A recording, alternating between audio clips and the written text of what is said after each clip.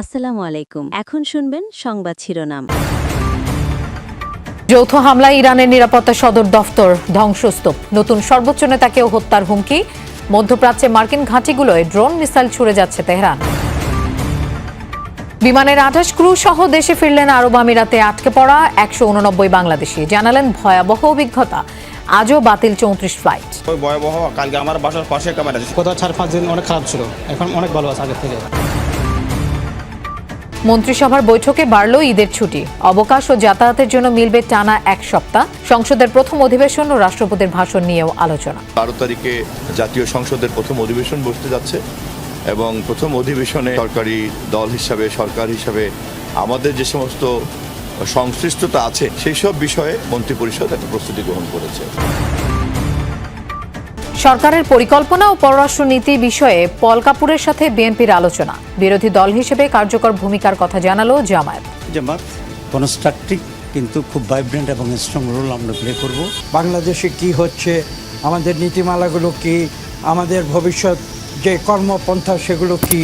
আসসালামু আলাইকুম। এতক্ষণ শুনছিলেন সংবাদ শিরোনাম, এখন শুনবেন বিস্তারিত। ষষ্ঠ দিনের মতো ইরানে অব্যাহত যুক্তরাষ্ট্র ও ইসরায়েলের যৌথ তাণ্ডব। বুধবারও দেশটির একের পর এক গুরুত্বপূর্ণ সামরিক স্থাপনা লক্ষ্য করে চালানো হয় হামলা। সবচেয়ে ক্ষতিগ্রস্ত রাজধানী তেহরান। প্রথমবার কোনো যুদ্ধে দূরপাল্লার প্রিসিশন স্ট্রাইক মিসাইল ব্যবহার করছে মার্কিন বাহিনী। ইরানের নিরাপত্তা বিভাগের বেশ কয়েকটি শাখার সদর দফতর গুঁড়িয়ে দেওয়ার দাবি করেছে ইসরায়েল। হামলা হচ্ছে বিভিন্ন বেসামরিক স্থাপনাতেও। তেহরানের বাইরে ইরানের আরও অভ্যন্তরের বিভিন্ন স্থাপনা লক্ষ্য করে যুক্তরাষ্ট্রের দূরপাল্লার প্রিসিশন স্ট্রাইক মিসাইল হামলা। ওয়াশিংটনের দাবি, লকহিড মার্টিনের তৈরি এই ক্ষেপণাস্ত্রটি এবারই প্রথম কোনো যুদ্ধে ব্যবহার করা হচ্ছে। সময়ের সাথে পাল্লা দিয়ে ইরান জুড়ে হামলার পরিধি বাড়াচ্ছে ইসরায়েল ও যুক্তরাষ্ট্র। ইরানের সামরিক অবকাঠামোর পাশাপাশি দেশ দুটির তাণ্ডবের শিকার হচ্ছে অনেক বেসামরিক স্থাপনাও। যুক্তরাষ্ট্রের যুদ্ধমন্ত্রী পিট হেগসেথ কয়েকদিনের মধ্যেই ইরানের আকাশসীমার পূর্ণ নিয়ন্ত্রণ নেয়ার ঘোষণা দেওয়ার পর হামলার মাত্রা বাড়িয়েছে মার্কিন বাহিনী। হামলায় ব্যবহার করছে নতুন নতুন সমরাস্ত্র। ইরানের 20টির বেশি যুদ্ধ জাহাজ ডুবিয়ে দেওয়ার দাবি করেছে ওয়াশিংটন। যুদ্ধে যৌথ বাহিনী শক্তিশালী অবস্থানে রয়েছে বলে দাবি ট্রাম্পের। যুদ্ধের ফ্রন্টে খুব ভালো করছি আমরা। আমাকে যদি জিজ্ঞেস করা হয় 10-এর মধ্যে কত দেব, আমি বলবো 15। বিশ্বের সবচেয়ে শক্তিশালী সামরিক বাহিনী আছে আমাদের। 47 বছর ধরে তারা আমাদের মানুষকে ও সারা বিশ্বের মানুষকে হত্যা করছে, কিন্তু ইরানের বিরুদ্ধে আমরা খুব শক্ত অবস্থানে আছি এখন। বুধবার পশ্চিম আজারবাইজান প্রদেশে আবারও একটি গার্লস স্কুলে হামলা চালিয়েছে যৌথ বাহিনী। ইসরায়েলের সামরিক বাহিনী আইডিএফ এর দাবি, ইরানের নিরাপত্তা বিভাগের বেশ কয়েকটি শাখার সদর দফতর গুঁড়িয়ে দিয়েছে তারা। রেভলিউশনারি গার্ডস, বাসিস ফোর্স, কুদস ফোর্স ও পুলিশের বেশ কয়েকটি ইউনিটের কার্যালয় ধ্বংস করা হয়েছে। হামলার শিকার সাইবার কমান্ড সেন্টারও। কুর্দি অধ্যুষিত বানেহ এলাকায়ও সামরিক ঘাঁটিতে মিসাইল ছুড়েছে যৌথ বাহিনী। এছাড়া মঙ্গলবার এরিয়াল ফাইটে ইরানের একটি ইয়াক 130 যুদ্ধবিমান ধ্বংসের দাবি করেছে ইসরায়েল। দেশটির দাবি, তাদের F-35 ফাইটার জেট ব্যবহার করে যুদ্ধবিমান ভূপাতিতের ঘটনা এটি প্রথম। কূটনৈতিক আলোচনার নামে বিশ্বাসঘাতকতা করেছেন ডোনাল্ড ট্রাম্প, তাই শত্রুদের বিরুদ্ধে শেষ পর্যন্ত লড়াই অব্যাহত থাকবে, এমন হুঁশিয়ারি দিয়েছেন ইরানের পররাষ্ট্রমন্ত্রী আব্বাস আরাগচি। বৃহস্পতিবার রাতে মিসাইল হামলার পরিধি আরও বাড়িয়েছে আইআরজিসি। ইসরায়েলের পাশাপাশি কুয়েত, কাতার এবং সৌদি ভূখণ্ডে চালানো হয় হামলা।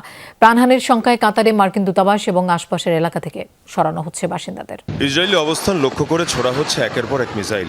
অপারেশন ফতে খাইবারের পাশাপাশি চলছে ইরানের operation true promise. Eid ul Fitr উপলক্ষে 18 মার্চ ছুটি ঘোষণার সিদ্ধান্ত নিয়েছে সরকার। এর ফলে 17 মার্চ থেকে 23 মার্চ পর্যন্ত টানা 1 সপ্তাহের ছুটি থাকবে। সকালে সচিবালয়ে প্রধানমন্ত্রীর সভাপতিত্বে মন্ত্রিসভার বৈঠক হয়, সেখানেই এই সিদ্ধান্ত হয়েছে বলে জানিয়েছেন প্রাথমিক ও গণশিক্ষা প্রতিমন্ত্রী ববি হাজ্জাজ। পরে তথ্যমন্ত্রী জহির উদ্দিন স্বপন বলেন, 12 তারিখে অনুষ্ঠিতব্য সংসদের প্রথম অধিবেশন ঘিরে মন্ত্রিসভার করণীয় নিয়ে বৈঠকে আলোচনা হয়েছে। এছাড়া ফ্যামিলি কার্ড, কৃষি কার্ড সহ বিএনপি সরকারের অগ্রাধিকারমূলক কর্মকাণ্ড যেন রাষ্ট্রপতির ভাষণে অন্তর্ভুক্ত হয়, এসব বিষয়েও আলোচনা হয়েছে। 12 তারিখে জাতীয় সংসদের প্রথম অধিবেশন বসতে যাচ্ছে এবং প্রথম অধিবেশনে সরকারি দল হিসাবে, সরকার হিসাবে আমাদের যে সমস্ত সংশ্লিষ্টতা আছে সেই সব বিষয়ে মন্ত্রিপরিষদ একটা প্রস্তুতি গ্রহণ করেছে। রাষ্ট্রপতির ভাষণ নিয়ে আমরা কথা বলেছি এবং বেশ কিছু প্রসঙ্গ এসেছে, এরপরে চূড়ান্ত হবে। 18 মার্চ থেকে ছুটি এটার সিদ্ধান্ত হয়েছে এবং এটা ফাইনাল চলে আসবে আপনাদের সামনে অতি শীঘ্রই। আর আমাদের প্রথম পার্লামেন্টারি অধিবেশন নিয়ে আলোচনা হয়েছে। মন্ত্রিসভার বৈঠকের সিদ্ধান্তসমূহের বিস্তারিত নিয়ে মন্ত্রিপরিষদ সচিব নাসিমুল গনি সাংবাদিকদের ব্রিফ করবেন। তবে সেটি কখন নাগাদ ব্রিফ করতে পারেন সে বিষয়ে এখন পর্যন্ত কোনো ধারণা মেলেনি। তবে এখন পর্যন্ত যে সিদ্ধান্তের কথা আমরা জানতে পেরেছি সেটি হচ্ছে মূলত ঈদের ছুটি কেন্দ্রিক এবং সেই 7 দিনের ছুটির সুযোগ মিলল যেহেতু নির্বাহী আদেশে 18 মার্চের যেই কর্মদিবসটি ছিল সেটিকে সরকারি ছুটি ঘোষণা করা হয়েছে। এর মধ্য দিয়ে ঈদে ঘরমুখো মানুষ খানিকটা লম্বা সময় নিয়ে আসলে ঈদ যাত্রা উপভোগ করা কিংবা ঈদ আনন্দ উদযাপন করার সুযোগ পেল এবং সেই সঙ্গে মন্ত্রিপরিষদের আজকের সভায় ঈদ যাত্রা নির্বিঘ্ন করতে যাবতীয় সব প্রস্তুতি, সড়কে নিরাপত্তা নিশ্চিত করা কিংবা যারা ঢাকা থেকে গ্রামের ঘরমুখো মানুষের যে ঢল সেটি যেন নিশ্চিতভাবে সম্পন্ন করতে পারে, কোনো বাড়তি ভাড়া যেন না নিতে হয়, সেই সব বিষয়গুলো নিয়েও আলোচনা হয়েছে আজকের বৈঠকে। এবং সেই সঙ্গে সংসদের যে আসন্ন প্রথম অধিবেশন যেটি ত্রয়োদশ জাতীয় সংসদের 12ই মার্চ অনুষ্ঠিত হতে যাচ্ছে সেই অধিবেশনে মন্ত্রিসভার করণীয় শীর্ষক আলোচনাও হয়েছিল মন্ত্রিপরিষদের আজকের বৈঠকে এবং সেই সঙ্গে সেই অধিবেশনের রাষ্ট্রপতির ভাষণে কোন কোন বিষয়গুলো অন্তর্ভুক্ত রাখা যায়, বিশেষ করে বিএনপি ঘোষিত ইশতেহার অনুযায়ী বা বিএনপির অগ্রাধিকারমূলক কর্মকাণ্ড অনুযায়ী সেসব বিষয় নিয়ে আলোচনা হয়েছে। উদ্বেগ উৎকণ্ঠা শেষে আবুধাবি এয়ারপোর্ট থেকে 189 বাংলাদেশি ফিরলেন দেশে। মধ্যপ্রাচ্য যুদ্ধ পরিস্থিতিতে আটকে পড়াদের উদ্ধারে ইউএস বাংলা এয়ারলাইন্স পরিচালনা করে বিশেষ ফ্লাইট। সকালে পরিবারের সাথে পুনর্মিলনে শাহজালাল আন্তর্জাতিক বিমানবন্দরে সৃষ্টি হয় আবেগঘন মুহূর্ত।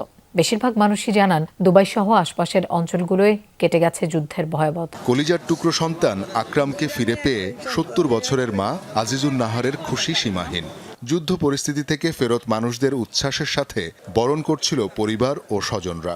উদ্বেগ আর উৎকণ্ঠার রাতগুলো পেরিয়ে এই ফিরে পাওয়া। আসতে শুরু ভয় লাগছে, কারণ এই সময়টা আপনার আকাশে চলাচল বহুত রিস্ক। আমি আল্লাহর কাছে ফরিয়াদ করছি, আল্লাহ আমার ওখানে মনে হইতাছে যে আমি খুব খুশি। তো ফ্লাইট যখন বন্ধ হয়ে থাকে ভাবছিলাম হয়তো আসতে পারবো না। ইরানের অভ্যন্তরে ইসরায়েল যুক্তরাষ্ট্রের যৌথ অভিযানের প্রভাব ছড়িয়েছে মধ্যপ্রাচ্যের বাদবাকি দেশগুলোতেও।